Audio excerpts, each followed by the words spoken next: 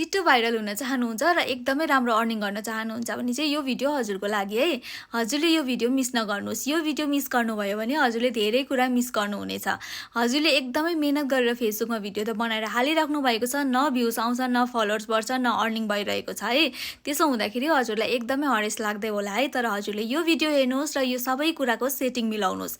त्यसपछि हजुरले एकदमै सजिलो तरिकाले फेसबुकमा काम गर्न सक्नुहुनेछ। हजुरलाई म डिटेल्समा चाहिँ स्क्रिन रिकर्डिङ गरेर चाहिँ सेटिङ देखाउने छु।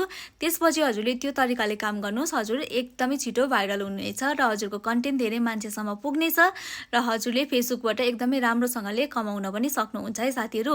र हजुरलाई ढिलो नगरिकन म छिटोभन्दा छिटो स्क्रिन रिकर्डिङ देखाउने छु। त्योभन्दा अगाडि हजुरले यो भिडियोलाई सेभ गरेर राख्नुहोस्। त्यसो हुँदा इन फ्युचर बिर्सिनु भयो भने फेरि आफ्नो सेटिङ चेक गर्न सक्नुहुनेछ मेरो भिडियो हेरेर। र यो भिडियोलाई सेयर पनि गर्नुहोस् है। त्यसो हुँदाखेरि धेरैजनासम्म पुग्छ र उहाँहरूले पनि त्यो तरिकाले काम गर्नुहुनेछ। साथीहरू फेसबुकमा चाहिँ जति एका दुस्रालाई साथ सपोर्ट गर्यो, एका दुस्रासँग सेयर गर्यो, आफूले जानेको कुरा त्यति नै छिटो हाम्रो आइडी पनि ग्रो हुन्छ र हामीलाई धेरैजना साथीहरूले मन पराउनुहुन्छ र एका दुस्रासँग मिलेर काम गर्दाखेरि एकदमै सजिलो पर्नेछ है त। अनि यस्तो इन्फर्मेटिभ भिडियोजहरूको लागि चाहिँ हजुरले मसँग जोडेर काम गर्नुहोस्। हजुरलाई हरेक कुराको इन्फर्मेसन मिल्नेछ। आउनुहोस् अब म हजुरलाई स्क्रिन रिकर्डिङ देखाउँदैछु है त। फेसबुक ओपन गर्नुहोस्। त्यसपछि हजुरले आफ्नो प्रोफाइलमा जानुहोस् र यहाँनिर देख्न सक्नुहुन्छ कि यो थ्री डटमा क्लिक गर्नुहोस्। यहाँ क्लिक गरिसकेपछि चाहिँ हजुरहरूले चाहिँ यो चाहिँ छ नि यहाँनिर चाहिँ यसलाई चाहिँ तपाईँले बिर्सेर पनि छुनु हुँदैन है। एकपल्ट जब हजुरले चाहिँ turn off professional mode pro mode छ नि यसलाई चाहिँ हजुरले चाहिँ एकपल्ट क्लिक गर्नुभयो भने चाहिँ हजुरको चाहिँ जति नै मिलियन ट्रिलियन जति नै फलोवर्स भए पनि, जति नै भ्युज आए पनि सबै बर्बाद हुन्छ र जिरोदेखि स्टार्ट हुन्छ। त्यही कारण चाहिँ हजुरले जब पनि प्रोफेसनल मोड चाहिँ अन गरिसक्नु भएको छ भने चाहिँ बिर्सेर पनि यसलाई टर्न अफ गर्ने कोसिस चाहिँ नगर्नुहोस् र यहाँनिर चाहिँ हजुरले छुँदा पनि नछुनुहोस्। जब हजुरले यहाँ क्लिक गर्नुहुन्छ सबै बर्बाद हुन्छ, जति पनि आएको फलोवर्स भ्युजहरू सबै जिरो हुन्छ है। यो कुरा चाहिँ ध्यान दिनुहोस् सबैजना क्रिएटर साथीहरूले। र अर्को चाहिँ म सेटिङ भन्दैछु कि हजुरहरूलाई कुन सेटिङ चाहिँ कहाँ राख्नुहोस्। त्यस हुँदा चाहिँ हजुरहरूलाई एकदमै सजिलो पर्नेछ भनेर अकाउन्ट सेन्टरमा जानुहोस्।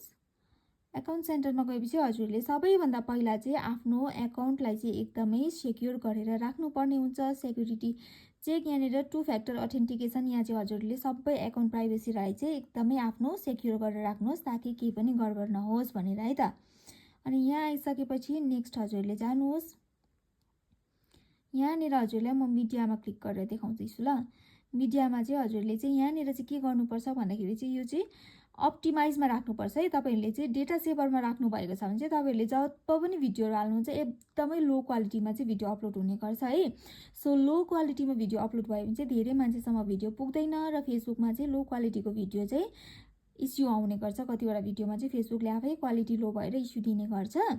सो तपाईँहरूले यहाँनिर चाहिँ अटो प्ले छ नि यो चाहिँ नेभर गर्नुपर्छ। त्यसो हुँदा हजुरको भिडियो चाहिँ आफै प्ले हुँदैन। अब कोही बेला चाहिँ आफ्नो भिडियो चाहिँ कमेन्टहरूलाई रिप्लाई गर्दा ओर्दा पनि आफै प्ले हुन्छ अटोमेटिकली। त्यसो हुँदाखेरि चाहिँ तपाईँको भ्युज एकदमै फेसबुकले चाहिँ धेरै मान्छेसम्म भिडियो पुऱ्याउँदैन। तपाईँले आफै भिडियो हेर्नु हुँदै रहेछ भनेर सोचेर चाहिँ हजुरको भिडियोलाई चाहिँ धेरै मान्छेसम्म पुऱ्याउँदैन। त्यो चाहिँ फेक इन्गेजमेन्टमा काउन्ट हुन्छ है त। अब पोस्टमा जानुहोस्। पोस्टमा गइसकेपछि हजुरहरूले यहाँनिर चाहिँ हेर्न सक्नुहुन्छ हु can see your future post. यहाँनिर चाहिँ हजुरहरूको पब्लिक भएको हुनुपर्छ साथीहरू। एकदमै राम्रोसँगले हेर्नुहोस्। यो चाहिँ तपाईँहरूको पब्लिक छ भने चाहिँ एकदमै सबैजनासँग हजुरले हालेको भिडियो फोटोहरू सबैजनासँग पुग्छ। तर यहाँ फ्रेन्ड्स अफ फ्रेन्ड्सहरू यहाँनिर यस्तो छ ओन्ली मीहरू छ भने चाहिँ तपाईँको भिडियो फोटोहरू चाहिँ धेरै मान्छेसम्म पुग्दैन, भ्युज आउँदैन है। यो कुरा चाहिँ ध्यान दिनुहोस् है त हजुरले। अनि यहाँ मैले जुन सेटिङलाई चाहिँ अन गरेको छु है त्यसलाई चाहिँ तपाईँहरूले अन राख्नुहोस्। नेक्स्ट आयो स्टोरी है। स्टोरीको सेटिङ पनि एकदमै जरुरी छ।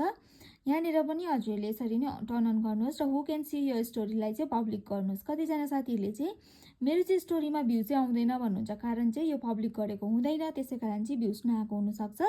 र कन्टेन्ट मोनिटाइजेसन पाउनु भएको छ भने चाहिँ स्टोरीबाट एकदमै राम्रो अर्निङ हुन्छ। सो स्टोरीलाई चाहिँ तपाईँले जहिले पनि पब्लिक राख्नुपर्ने हुन्छ। नेक्स्ट आयो reels.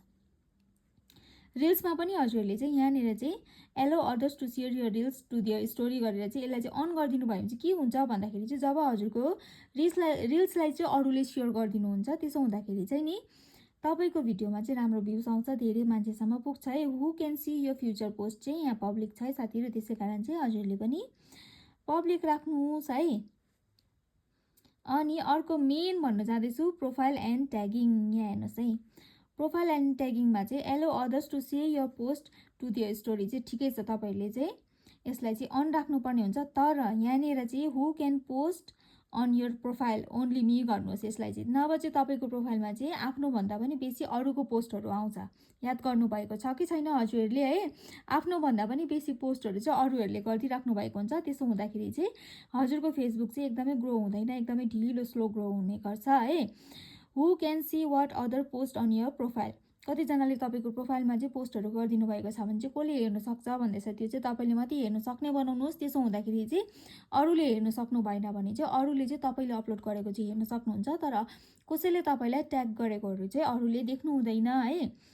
Who can see post you are tagged in on your profile only me, यो पनि ओन्ली मी गर्नुपर्ने हुन्छ है। त्यसो हुँदाखेरि चाहिँ तपाईँहरूलाई चाहिँ कसैले ट्याग गरेको छ भने तपाईँले मात्रै देख्न सक्नुहुन्छ। र मेन चाहिँ लेट एनीवन टेग यु भनेको छ है, यसलाई चाहिँ तपाईँले अफ गर्नुपर्ने हुन्छ, जसरी मैले अफ गरेको छु।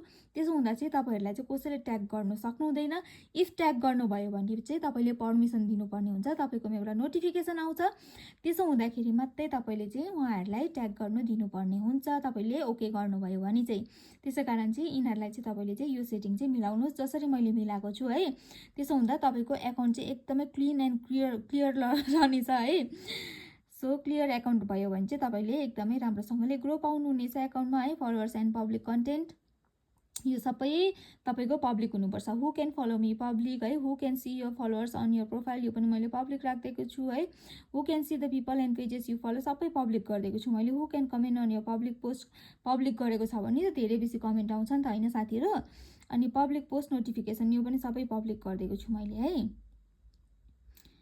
सो तपाईँहरूले चाहिँ यति नै हो मेन चाहिँ मैले हजुरहरूलाई भनेको है। यति चाहिँ हजुरहरूले चाहिँ एकदमै यो सेटिङ मिलाउनुहोस्, त्यसपछि चाहिँ हजुरको प्रोफाइल एकदमै छिटो ग्रो भएर पनि जान्छ, हजुरको पहिचान बनिन्छ है। हजुरले एकदमै छिटो सक्सेस पाउनुहुनेछ, प्लस हजुरले एकदमै राम्रोसँगले अर्निङ पनि गर्न सक्नुहुनेछ है त। भिडियोलाई सेयर गर्न चाहिँ नबिर्सिनुहोस् है। र मलाई फलो गर्नुभएको छैन भने फलो पनि गरिराख्नुहोस्। त्यसो हुँदा हजुरलाई नेक्स्ट भिडियोमा अर्को इन्फर्मेसन लिएर आउनेछु र हजुरहरूलाई मसँग जुडेर काम गर्दाखेरि धेरै कुराको इन्फर्मेसन मिल्नेछ। अनि हजुरहरूको मनमा कुनै कुराको डाउट छ, कुनै कुराको कन्फ्युजन छ र कुनै कुरा सोध्नु मन छ भने हजुरहरूले मेरो भिडियोको कमेन्ट सेक्सनमा सोध्न सक्नुहुनेछ र हजुरहरूको प्रब्लमको सल्युसन लिएर पनि म नेक्स्ट भिडियोमा आउनेछु है त।